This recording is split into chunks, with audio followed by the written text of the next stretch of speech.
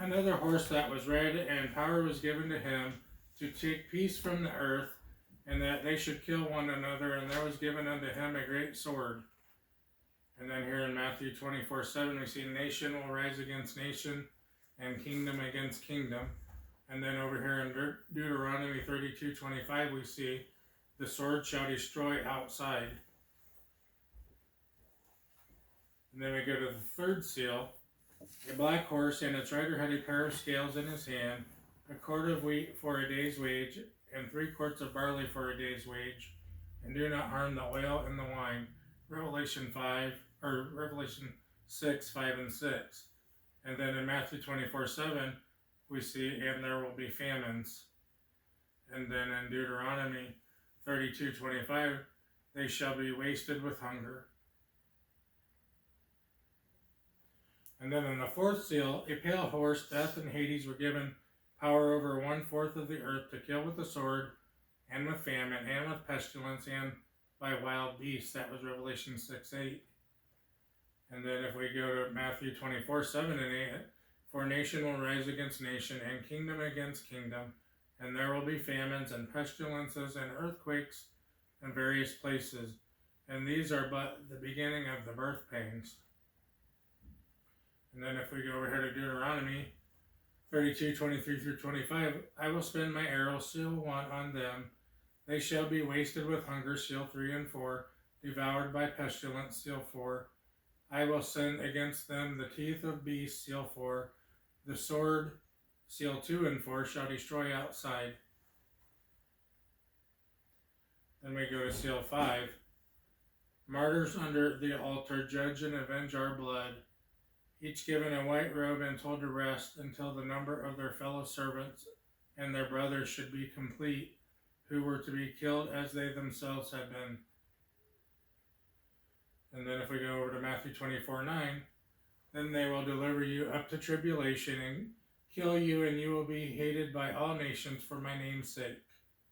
And then if you go over to Deuteronomy 32, for he will avenge the blood of his servants and render vengeance to his adversaries. He will provide atonement for his land and his people.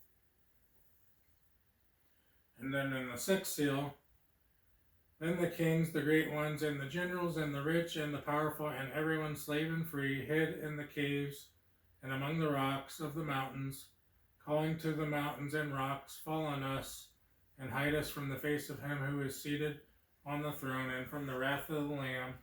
For the great day of their wrath has come, and who can stand? Revelation 6.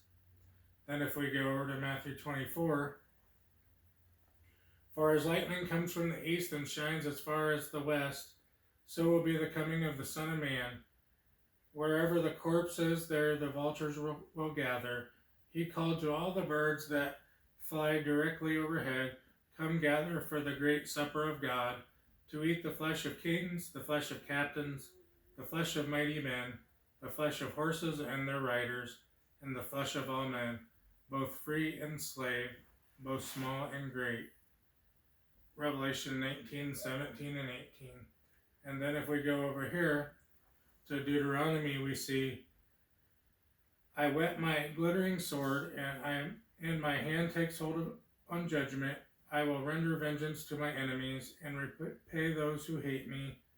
I will make my arrows drunk with blood, and my sword shall devour flesh, with the blood of the slain and the captives, from the heads of the leaders of the enemy. So we see that there's a correlation between 3 different parts in the Bible, the Old Testament, which is part of the 5 books that Moses wrote. And then we see Matthew 24, which is the gospel, but it's also in Luke, and it's also in Mark, that it kind of talks about the same kind of things. And then we also see that it corresponds with the seals in Revelation. So, okay, we're into Revelation 7. And we're only doing like 8 verses in here. This talks about the 144,000.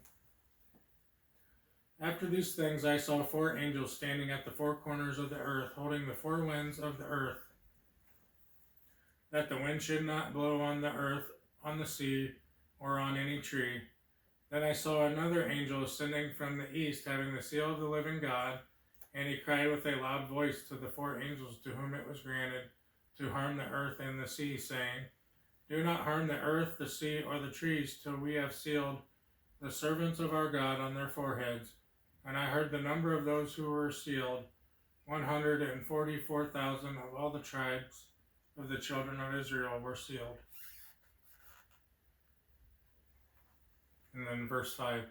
Of the tribe of Judah, 12,000 were sealed. Of the tribe of Reuben, 12,000 were sealed. Of the tribe of Gad, 12,000 were sealed. Of the tribe of Asher, 12,000 were sealed. Of the tribe of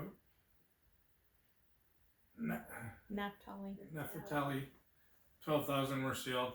Of the tribe of Manasseh, 12,000 were sealed. Of the tribe of Simeon, 12,000 were sealed. Of the tribe of Levi, 12,000 were sealed. Of the tribe of Issachar, 12,000 were sealed. Of the tribe of Zebulun, 12,000 were sealed. Of the tribe of Joseph, 12,000 were sealed. Of the tribe of Benjamin, 12,000 were sealed. So that tells us who are amongst the 144,000. Why is the tribe of Dan left out of the 12 tribes of Israel? Did anybody notice that they weren't mentioned? But Manasseh was, and that was Joseph's son and Jacob's grandson. They're listed in the place of Dan. Dan was left out in order to point out the purity of the remnant of the 144,000. From early in Israel's history, Dan was the center of idolatry for the kingdom. Judges 18, 30, and 31. During the days of the divided kingdom, Dan was one of the two centers for idolatry. 1 Kings 12, 28 through 30. And there is recorded in some non-biblical Jewish Christian writings that the Antichrist would come out of the tribe of Dan based on Genesis 49:17. And I don't have that in there, but let's read and see what that says.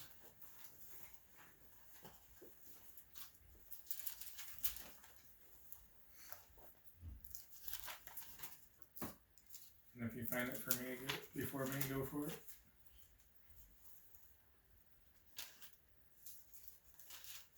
And shall be a serpent by the way, an adder in the path that biteth the horse heels, so that his rider shall fall backward.